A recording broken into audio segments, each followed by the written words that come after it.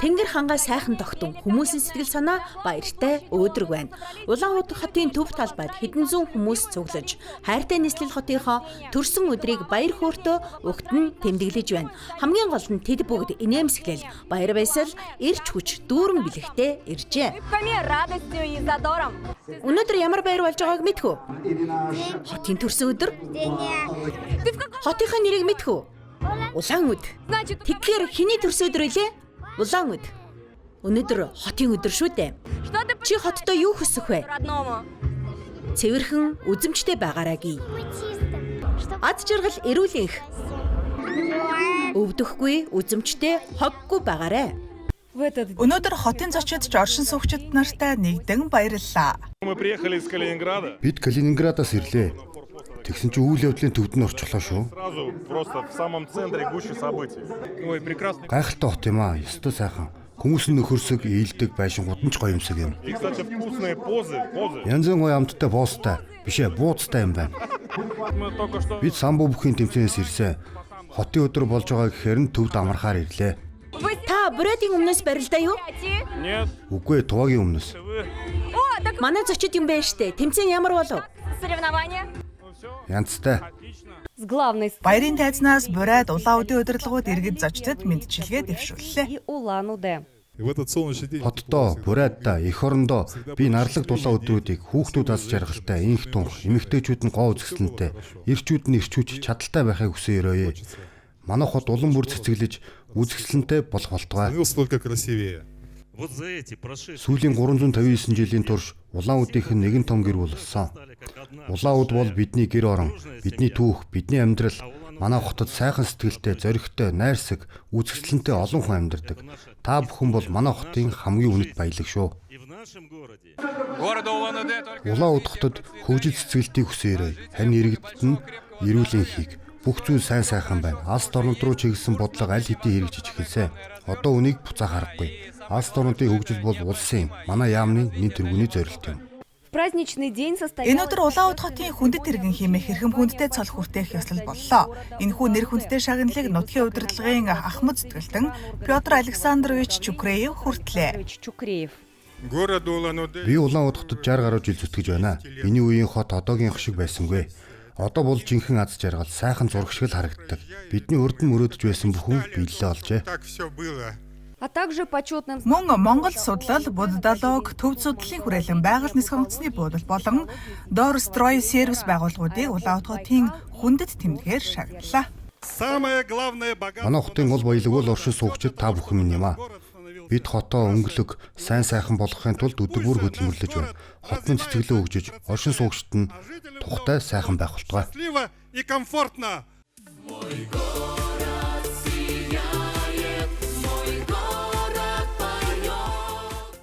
Манай хотод юу хүсгөө? Хөгжил цэцэглэл, оршин суугчид нь инх тух, аз жаргалтай байг. Хурдцтайгаар цэцэглээ хөгжих болтугай. Хөгжил, том төсөв, зам хурдан бариарай. Сайн сайхан байх болтугай. Улам өөдрөг болоорой гэж. Засаг нь иргэдээ сонсог. Нэгэн цогц болж ажиллах болтугай. Тэгвэл болоод л явчихна тэр. Тогда будет все хорошо, будет все замечательно.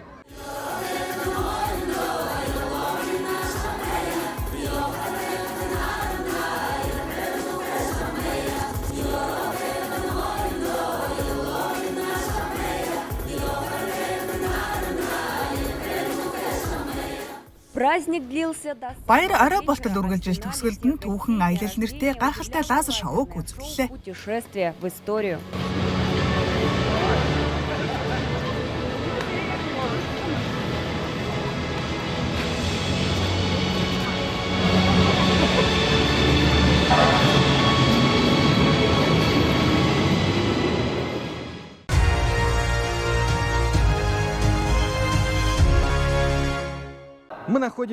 Бид спорт цогцлборд ирээд байна. Өнөөдөр энэ танхим Колизей шиг харагдаж байна. Учир нь самбо гэдэг спортыг амьдралынхаа зорилго болгосон тамирчдыг жинхэнэ гладиаторуудтай зүйрлэж болно. Хэлчин Баатар Николай Петровын нэрмж тэмцээнд Орос улбаны улсын 24 бүс нутгаас шилдэг самбочид ирж өрсөлдөж байна.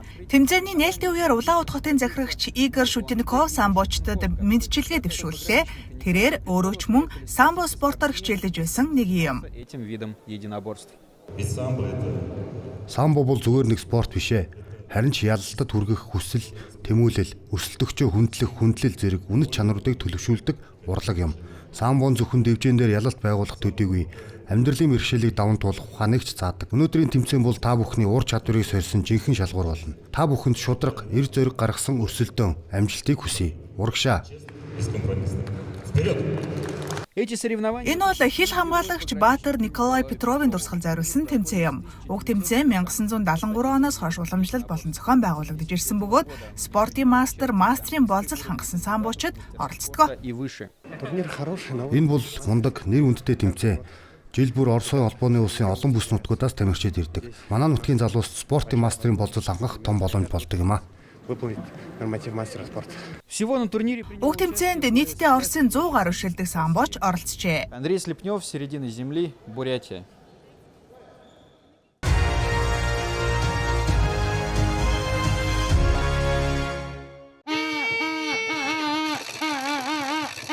Дэмжигчид багийнхаа тамирчдыг чангаар сэтгэл хөдлөн урайлан дэмжинэ. Орос улбаны улсын мөрдөн байцаах хорооны улсын спорткадыг шалгаруулах шатны өрсөлдөөн үнэхээр ширүүн болж байна. Гүйлтийн уралдаан нь эхний төрөл юм. Эмэгтэйчүүд 1000 метртгүй 16 тамирчин өрсөлдөнө. Эрэгтэйчүүдийнх 3000 метр, мөн 16 оролцож байна. Бид хугацаагаар нь хэмжиж үнэлдэг юм а. 1000 метр бол 2.5 тойрог. 3 метр нь 7.5 тойрог юм. 1000 метров это 2,5 круга, 3000 метров это 7,5 кругов. Тэмцээнд нийт 196 хүн оролцож байна. Ирхүү, Томск, Омск, Кемерово, Новосибирск муж, Тува, Хакас, Алтай, Красноярскийн хязгаар болон дорнод бүсийн тээврийн мөрдөн шалгах газруудын ажилтнууд ч багтаж байна.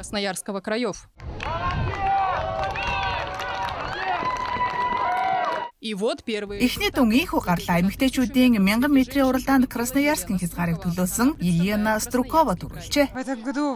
Энэ онд хэцүү байлаа. Гэхдээ өрсөлдөгчд мундаг байна. Сайн бэлдсэн. Сүүлийн сард л хүнд байлаа. Ерөнхийдөө бол болж л байна. Давгүй хугацаанд ч орж ирлээ. Зохион байгуулалт мундаг, өөр амьсгалж сайхан. Та урд нь оролцож байсан хэрэггүй. Тийм ээ. Энэ бол 3 дахь спартакиад, 3 дахь ялалт. Гүйлтийн замын хажууд мини хөл бөмбөгийн тоглолтод оролцох багууд бэлтгэлээ хангаж байна. Тэдний дунд эрхүү мужийн багч бий.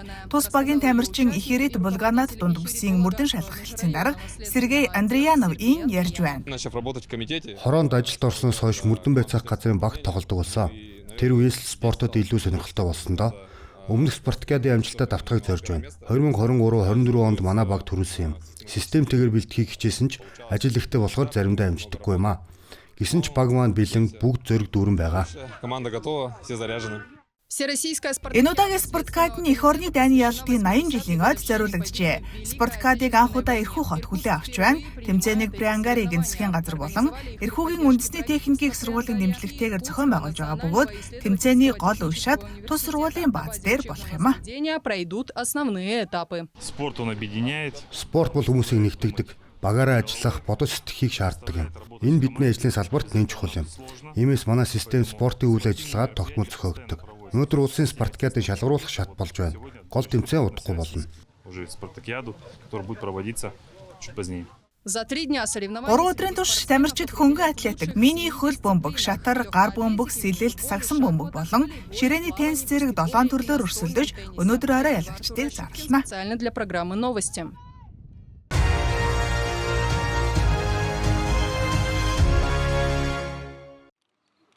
Ирээдүйн хуульч Дима 16 настай их сургуулийн 1-р курсыг амжилттай дүүргээд энэ зуныг онцгой болгоно гэж шийджээ. Найз нөхөдтэйгөө зугаалж өнгөрүүлэхийн оронд илүү бие даасан, хариуцлагатай байхаар шийдсэн байна. Гэр бүлээрээ хаашаа явахгүй гэсэн болохоор энэ зуныг ашигтай өнгөрүүлэхээр шийдсэн. Ажил хийж мөнгө олдог юм уу гэж бодоод танилаасаа энд ажил хийж цалин авч болно гэдгийг дуулсан юм. Цалин хэдийг өгнө гинүү? Дажгүй. Сард 30,000 орчим.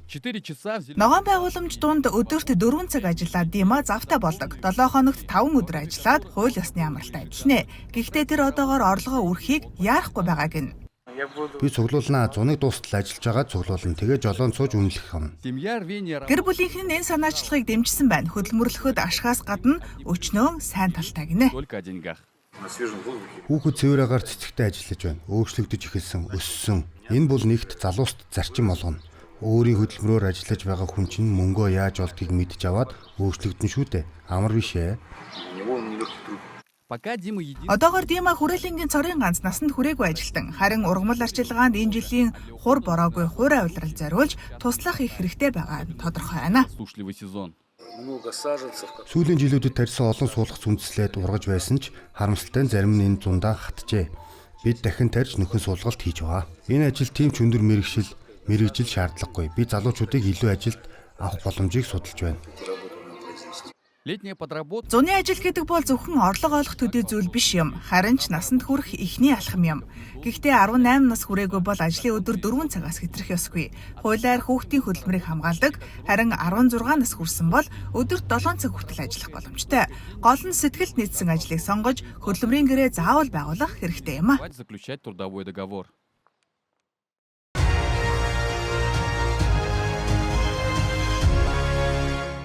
Звездны болон спорт хорооллын бүтээн байгуулалтын талаар бараг хүн бүхэн сонссон бизээ.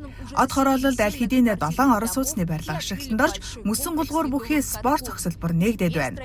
Харин одоо спорт хороололд барилгын ажил эхэлжээ. Өнгөрсөн намар анхны орон сууцыг барих ажил эхэлсэн байна. Одоогоор талбай дээр 48 мэргэжилтэн ажиллаж байна. Ажлын явц бүрийг 20 жилийн туршлагатай барилгын мэргэжилтэн Михаил Вертицкий хариуцсан удирдах байгаа. Тэрээр өмнө нь Бродын хамгийн том сургуулийг ДСК хороололд барих ажилд оролцож байсан юм. Харин одоо спорт хороолол зөвхөн ихний барилгач биш, нийт 45 орон сууцыг босгох үүргийг хүлээж байна. Энд биднэр зогсохгүй. Хойч үе маань ч амьдрах болно. Эдгээр шинэ орон сууцнууд нь насжилт өндөртэй хуучирсан 160 модон байшинг орлох юм. Михаилийн хэлснээр түүний барьж байгаа орон сууцнууд 13,000 гаруй хүний шинэ гэр орон болох учраас энэ бол онцгой хариуцлага гинэ. Энэ бол нийт хорооллын усан хангамж болон төлөвлөгдөж буй бүх байшингийн инженерийн сүлжээний ерөнхий бүтээгдэхүүн. Одоогоор бид 2B2 гэж нэрлэгддэг ихний барилгыг барьж байгаа. Мэдээж хэрэг зөвхөн орон сууц барих биш, харин түүнд нийцсэн нийгмийн дэд бүтцийг ч бий болгох ёстой. Спорт хороолол хөгжиж байна. Өмнө нь энэ хэсэгт 2 давхар модон байшингууд байсан бол одоо баригдаж буй барилга нь 11 давхар, 3 орцтой. 2 ба 3 дугаар орцны шонгууд суулгагдсан. Дараагийн ээлжинд 1-р орцын ажил эхэлнэ. Цаашид энд сургууль, цэцэрлэг, хүлээлгийн дулаан зогсоолууд баригдаж дэд бүтц хөгжих болно. Спорт хорооллын анхны оршин суугчид 2026 он шинэ байрныхаа нээлтийг тэмдэглэн өргөх боломжтой болно. Харин 2030 он гэхэд Орос улбаны улсын нэг иргэнд ногдох орон сууцны хэмжээ дор хаяж 33 м² байх ёстой юм. Энэ бол ерөнхийлөгч Владимир Путиний санаачилсан амьдралын дэд бүтэц хэмээх шинэ үндэсний төслийн зорилтын нэг юм.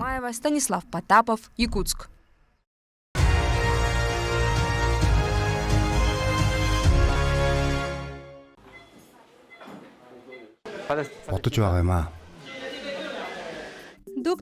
Файн эмч хүнд мэс заслыг гайхалтай наривчлал хурдтай хийж буй роботыг үзүүлж байна. Бага яг унаж шидэж байгааг нь харав. Урд нь 5 цагийн турш хийгддэг байсан үйл ажиллагаа 30 минутанд гүйцэтгэж байна. Хамгийн гол нь аюулгүй юм. Энд зүслийн гүн үнцгийг маш нарийн хэмждэг юм. Наривчлал нь тэг 1.1 мм-ийн алдагдaltaй. Алдах юм бол саажих бүр амь насанд ч хүрэх хэрсдэлтэй. 22 настай Сяо У зам тээврийн усалд орсны дараа роботын тусламжтай бага зүслэгтэй хагалгаанд оржээ. Таны бие тэнхэрч байна уу? Сайн байна. Одоо хэд хоноод өвчтөн харж болно гинэ. Маш хурдцтай идгэж байна. Хагалгаанаас гарч 3 хоноод л эрч хүчээс сэлбсэн юм шиг боллоо. Дэлхийн робот мэс заслын зах зээл хурдцтай тэлж байгаа бөгөөд 2030 он гэхэд зах зээлийн хэмжээ 60 тэрбум $. Хүрэх төлөвтэй. Хятадд ч эрэлт ихтэй байгаа нь өвчтний тоо болон мэс заслын эмчийн хомсдолтой холбоотой юм. Гагцхүү хамгийн том асуудал бол өртөг өндөртэй байдал. Гэвч дотоодын үйлдвэрлэлийн загварууд нэвтэрч эхэлснээр энэ хүндрэл шийдэгдэж байна. Энэ загвар нь импортоор орж исэн ч бидэнд дотоодынх нь ч байгаа. Бас л мундаг шүү. Гэхдээ үнэ нь арай өндөр. Төхөөрөмжийн өртгөөс гадна түүний засвар үйлчлэгээ хэрэглэгдэхүүнүүдийг тооцох хэрэгтэй болдог юм а. Мөн эмнэлгийн ажилчдыг сургалтанд хамруулах нь маш чухал. Өмнөд Хятадын эмнэлгүүд энэ сургалтын төвд бэлтгэгддэг. Жижиг эмнэлгүүдэд нарийн мэдсэл хуур ийгдэг. Гэхдээ сургалтад хамрагдаж роботын тусламжтайгаар бол тэд илүү итгэлтэй ажиллаж чаддаг юм. Там чувствуют себя намного увереннее. Робот амь аваараа зогсохгүй. Мэдсэлийн дараах сэргээлтийг хурцсгаж зарим тохиолдолд хагалгаач хийх шаардлагагүй нөхцөл байдал бүрдүүлдэг байна. Жишээ нь Шэньчжэн хотод үйлдвэрлэсэн энэхүү төхөөрөмж. Энэ бол булчин чангалж өгдөг төхөөрөмж. Булчингийн масс алдсан өндөр наснууд болон өвдөгний асуудалтай хүмүүст ашиг тустай. Проблемы с коленями. 2024 оны эцсийн байдлаар Хятадд 60-аас дээш насны хүн ам 310 саяыг давсан байна. Тэднээс 35 сая орчим нь өөрөө явж чадахгүй байгаа тул засгийн газар ахмадуудад зориулсан экзо арга ясыг дэмжин хэрэгжүүлж байна. Кинцин компани үүсгэн байгуулагч Ю Юнбогийн хэлснээр эрэлтэн үйлдвэрлэлийн боломжийг даваад байгаа ажээ. Бид сард хэдэн мянган ширхгийг үйлдвэрлэж чадна. 200 гаруй үе шатаас бүрддэг нарийн үйл явц.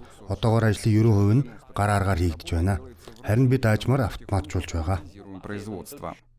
Харин энд дэлхийд анх удаа хиймэл оюун ухаанаар хоорондоо уялдаа холбоотой ажилладаг роботын баг гаргажээ. Ийм загварууд үйлдвэрлэлийн салбар дахь ажиллах хүчний хомсдлыг нөхөхөд туслана гэж үзэж байна. Хөдөлмөр нийгмийн хамгааллын яамны мэдээлснээр уг хомсдол 30 сая хүнтэй тэнцэж байгаа юм. Гэвч үр ашиг хурдны хувьд сайжруулах шаардлага бий. Хүн төст робот 12 км/цагийн хурдтай гүйж чаддаг болсон нь хагас морфон гүөхөд хангалттай. Харин үйлдвэрт бол тэд удаан. Гэхдээ бид байнга шинжилж байгаа. Энэ онд багтаан хүний ажлын бүтээнжийг 50% түргэх зорилготой. Түүнчлэн робот амрах шаардлагагүй тул эцэстээ хүнийг гүйцэх болно. Машин үйлдвэрлэлээс эхлүүлэн хүний амь аварч эрүүл мэндийг хамгаалах хүртэл робот нь зөвхөн Хятадын тулгамдсан асуудлыг шийдэж зогсохгүй. Дэлхийд даяар бүтээмжийг нэмэгдүүлэх цоошин шийдлүүдийг санал болгож чадна.